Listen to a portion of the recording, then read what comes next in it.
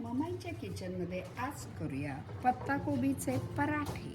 पराठ्याचं साहित्य: एक मोठा वाडगा भरून पत्ताकोबी बारीक किसून घ्यायची, आलं लसूण हिरव्या मिरच्यांची पेस्ट करून घ्यायची, डाळीचं पीठ, एक मोठा कांदा बारीक चिरून घ्यायचा, फोडणी करता तेल आणि ओवा आणि कणिक घट्ट भिजवून घ्यायची पुरीसारखी. फोडणीसाठी तेल टाकायचं, ओव्याची फोडणी द्यायची, त्यात कांदा आणि आलं हिरव्या मिरच्याची पेस्ट टाकून परतून घ्यायचं.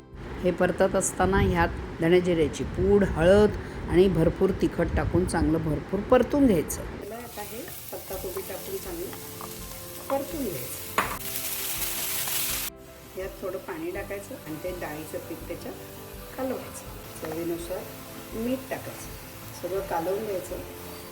5 मिनटं याच्यावर झाकण ठेवायचं. 5 मिनटं झाले, झाकण काढायचं. छान वाफ आलेली आहे. हे गार होऊ द्यायचं. कणकीचा असा छोटा गोळा घेऊन पोळी लाटून घ्यायची. त्या पोळीत ते पराठ्याचं सारण भरून ते बंद करायचं आणि अधर पिठी लावून लाटून घ्यायचं. असे सगळे लाटून घ्यायचे आणि गॅसवर तवा गरम करायला ठेवायचा. तवा चांगला तापलाय, त्याच्यावर हे पराठे छान तेल लावून शेकून घ्यायचे. असे दोन्हीकडनं खरपूस भाजून घ्यायचे.